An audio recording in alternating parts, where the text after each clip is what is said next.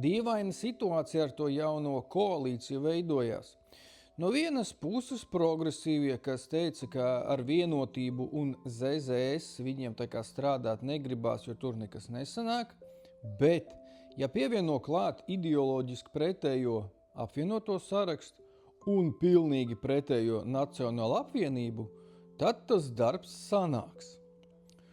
Un tagad Kulbergs arī 2,5 gadus sēdēja, stāstīja, ka šī koalīcija ar Vienotību priekšgalā visu dara nepareizi, viss ir slikti.